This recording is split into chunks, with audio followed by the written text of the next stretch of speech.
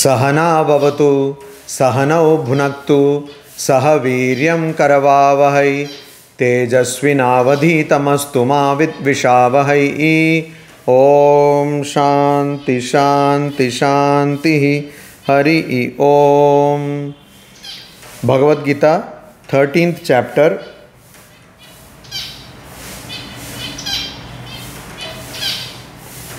20th verse। कार्य करण कर्तृत्वे हेतुः प्रकृतिरुच्यते पुरुषः सुख दुःखानां भोक्तृत्वे हेतुरुच्यते। कार्य करण कर्तृत्वे, कार्य here means body, karana the production, kartrutve of the body, karya body and the senses, karana production, kartrutve. So karya karana, karya body, karana senses, sense organs, kartrutve in the production of the body and the sense organs, prakritihi hetuhu, prakriti is the cause, uchyate is it is said, it is said by people of wisdom that in karya body and karana sense organs, kartrutve to produce that, in the production of the body and the sense organs, prakriti is the cause. Purushah sukha dukkhanam bhoktrutve hetuhu. Also purusha is the hetu, the cause of sukha dukkhanam, of sukha pleasure, dukkha pain or misery, bhoktrutve in the experience of sukha and dukkha. Purusha is hetu uchyate, is said to be the cause. So here we have to understand that the senses, karana here mean 5 sense organs of knowledge, 5 sense organs of action, so total 10, then mind 11, intellect 12 and ahankara. So totally there are 13 karana. So these are the karanas here. And purusha, when purusha is told, the idea is jiva. By purusha what is meant here is jiva. So the jiva is the cause for all the suffering, experience of suffering and pleasure, misery and pleasure. And karya is physical body, the physical body. In the next verse, 21st verse, Shri Krishna says, Purushah prakristho bhunkte prakriti jan gunan karanam gunasangosya sadasadyo nijanmasu. So he indeed, Purusha, the principle of Purusha. Purusha here does not mean male or it does not signify any gender. It is the principle. Purusha, prakritistaha, seated in Prakriti. So Purusha is the underlying reality, seated in Prakriti, Prakriti Jan and born of Prakriti, Gunan, the gunas, bhunkte, experiences, asya, it's sadasadyoni janmasu, sadasat yoni janmasu, of birth in sat asat, good sat and asat evil, yoni womb. So of birth in good womb and evil womb. Guna sangaha, attachment to the gunas, karanam is the reason. So Purusha is seated in Prakriti and it experiences different gunas. We have these 3 gunas, Sattva guna, Rajo guna and Tamo guna. So these 3 gunas which are again born of Prakriti. Prakriti Jan Gunan. Prakriti Ja means that which has been born out of Prakriti. And the reason, that is the reason, attachment to different gunas is the reason why a particular jiva is born in good womb or evil womb. What do you mean by good womb or evil womb? That means a birth which is in a good circumstance, which will give good experience, or a birth which is in an evil circumstance, which will give bad experience. So if a person is born in such a circumstance, such a surrounding, that person will not be properly educated, will not get proper food, clothing, will be always mixing with antisocial elements, then that person will go towards a different life. So essentially Swamiji also says, what is the difference between a good person and a bad person? The environment. A person who is good got a better environment, a person who is bad got a bad environment, worse environment. So that is the idea. So here Purushaha Prakritisto. So because being seated in Prakriti, Purusha is experiencing all the gunas, bhungte, and that sadasat yoni janmasu, of birth in good and evil wombs, guna sangha hai, because of the attachment of the gunas, that is the karanam, the reason. The reason is like that. Swami Vivekananda says, a person who does good does in spite of that person, because that person cannot control doing good. Why? Because that person's tendencies or samskaras are so much that they propel that person to do good. Similarly, a person who does bad actions cannot control oneself, does bad actions. Why? Because that person's samskaras propels oneself to do bad actions. So how to get rid of this? Cultivate the opposite. If you have bad tendencies, cultivate good tendencies, then you will get rid of it. And finally, one has to get rid of attachment to both good and bad. So once attachment to good and bad leads one to good and bad births. So that one has to understand. Upadrashtanumanta cha bharta bhokta maheshwarah paramatmeti cha apyukto dehesmin purushah parah. So asmin dehe, in this body, Purusha, Parah, supreme, Upadrashta. Upadrashta means one who looks upon. Anumanta, the permitter. Cha, and Bharta, supporter. Bhokta, experiencer. Maheshwarah, the great Lord. Paramatma, the highest self. Cha, and Iti, thus Api also Uktah is called. So Asmin Dehe, in this body, Purusha Parah. Purusha is supreme. Upadrashta, the person who is looking on. Anumanta, the permitter. And Bharta, supporter. Bhokta, the experience. Maheshwarah, the great Lord. Paramatma, the highest self. Cha, and Iti, thus Api also Uktah is called. So Supreme Purusha in this body is also called the onlooker. The onlooker. The person who is looking, the permitter, the supporter, the experiencer, the great Lord, and the highest self. Why? Because Purusha does not participate directly in these activities of the body organs or the body or the mind or the buddhi, and it is apart from them. They don't participate in that, and yet it appears as though the Purusha is engaged in these activities, and so it is just a onlooker, and it does not stand in the way of the activities of the Prakriti. And all consciousness and intelligence manifests itself in the activities of life, and it is the reflection of the all-pervading, absolute and perfect intelligence, the Supreme Spirit. So here this is what is told. Then Shri Krishna says, Ya evam veti purusham prakritim cha gunaihi saha sarvatha vartamanopi nasa bhuyo abhijayate. The whole problem is that we are coming again and again to this world. We are taking birth again and again, over and again. So that problem can be solved. Very simple. Yaha, who, evam, thus, purusham gunaihi saha prakritim cha veti.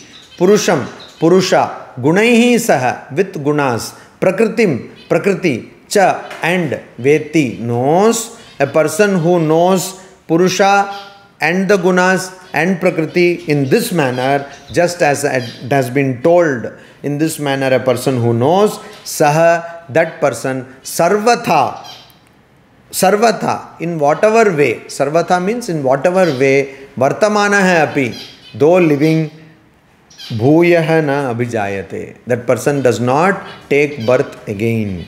So a person who knows that this is Purusha, this is Prakriti, along with gunas, whatever one's life may be, so that person does not take birth.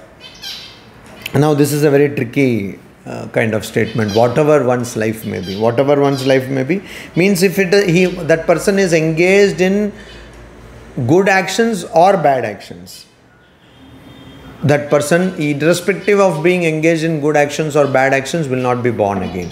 So this is a bit tricky.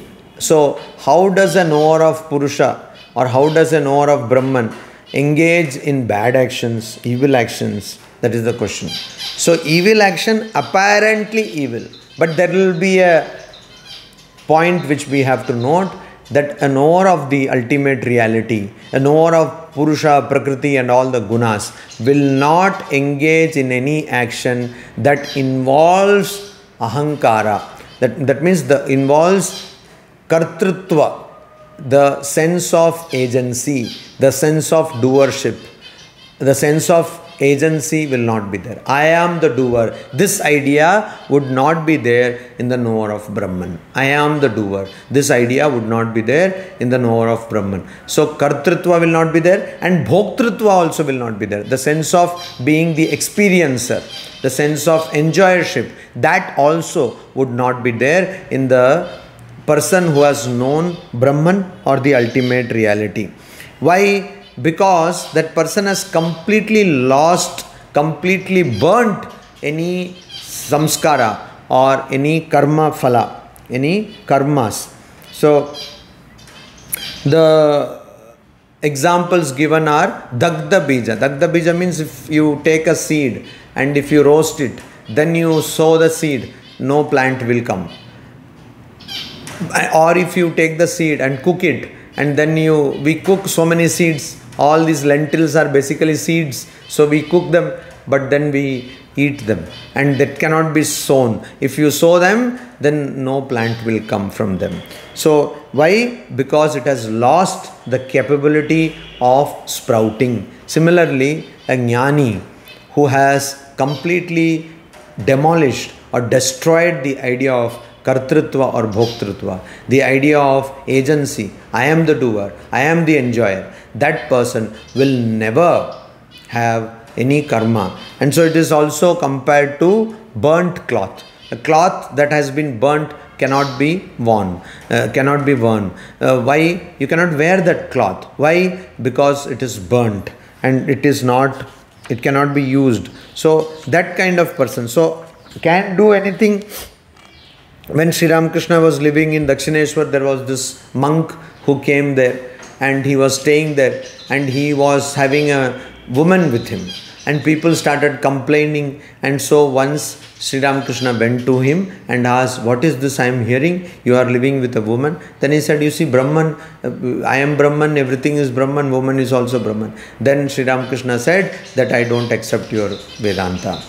I fie on your Vedanta. Why? Because if a person has really known Brahman, then that person cannot indulge in any activity which will involve the idea that I am the doer or I am the experiencer. Ahankara, I and mamakara, mine, will not be there in that person. If that is there, that means that person has not realized. But here then what is being told? Bad actions. Bad actions means, suppose a person knower of Brahman sees a mosquito and kills it, that will not create any karma. Or sees some animal and kills it either for food or for protecting oneself, that would also not create any karma. That is what is being told here. Then he says the different methods by which Atman can be known. Different methods by which Atman can be known. So he says, Sri Krishna says, Dhyanena Atmani Pashyanti Kechid Atmanam Atmana Anye Sankhena Yogena, Karma Yogena Chapare. All these has been told by Sri Krishna in the previous chapters. He is kind of summing it up for the sake of Arjuna and through Arjuna for all our sake. He says, Kechit, some people, Dhyanena, by meditation, Atmani. Here Atmani means in their own buddhi. Atma is a word which has many meanings and it has been used for body, for mind, for prana in Bhagavad Gita itself. So, Atmani, Kechid, Atmani, Atmana, Atmanam Pashyanti. So, there are some Kechid Dhyanena, some people who by meditation, Atmani in their own intelligence, Atmana by the purified heart, or purified mind, Atmanam, the self, Pashyanti, they see or they experience, Anye, others, Sankhena Yogena, others using Sankhya Yoga or the path of knowledge, they Apare, others, again, Karma Yogena, by Karma Yoga. So some people by meditation, they see self in their own intelligence through a purified heart, while others, they see the self by the path of knowledge, and some others see the self or realize the self by the path of Karma Yoga. So here Swami Vivekananda has propounded 4 paths: Raja Yoga, Karma Yoga, Bhakti Yoga and Jnana Yoga. So here Sankhya Yoga is Jnana Yoga, and then Karma Yoga is talked of, and meditation, which is nothing but Raja Yoga. And then he further says, Anye tu eva majanantah shrutvanyebhya upasate tepi chati tarantyeva mrityum shruti parayanaha. Anye, others, tu again, evam, thus, ajanantah, not knowing, anyebhya, from others, shrutva, as they have heard, upasate, worship, te, these people also, apicha, also, shruti parayanaha, regarding what they have heard as the supreme shelter, supreme refuge, mrityum, death, atitaranti, transcend, go beyond, eva, even. So, then there is automatically Bhakti Yoga. So that is what is being hinted here by Sri Krishna, that people who have not known either of meditation or of knowledge or of Karma Yoga, they worship God or worship Brahman as they have heard it from others, as they have heard it from others. And even those people who resort to worship, they also transcend death. They also go beyond death, because they, whatever they have heard, they regard that as the supreme shelter. And that is why in the end, in the 18th chapter, Sri Krishna says, Sarvadharman parityajya mamekam sharanam vraja. Give up all your characteristics, so all your nature, and mamekam sharanam vraja. Aham tva sarva papebhyo mokshayishyami ma shuchah. So that is what is. So here Bhakti Yoga is also covered. So not knowing, tu eva majanantah. Eva majananta means not knowing Karma Yoga or Dhyana Yoga or Raja Yoga or meditation, and not knowing Jnana Yoga, because these paths are difficult to know. These paths are difficult to practice, and so not knowing them by some other method, that is this method of worship, one can attain the same reality, because they have this faith that that is the supreme refuge, that is the supreme principle. Om Shanti Shanti Shanti Hari Om Tat Sat. Shri Ramakrishna Arpanamastu.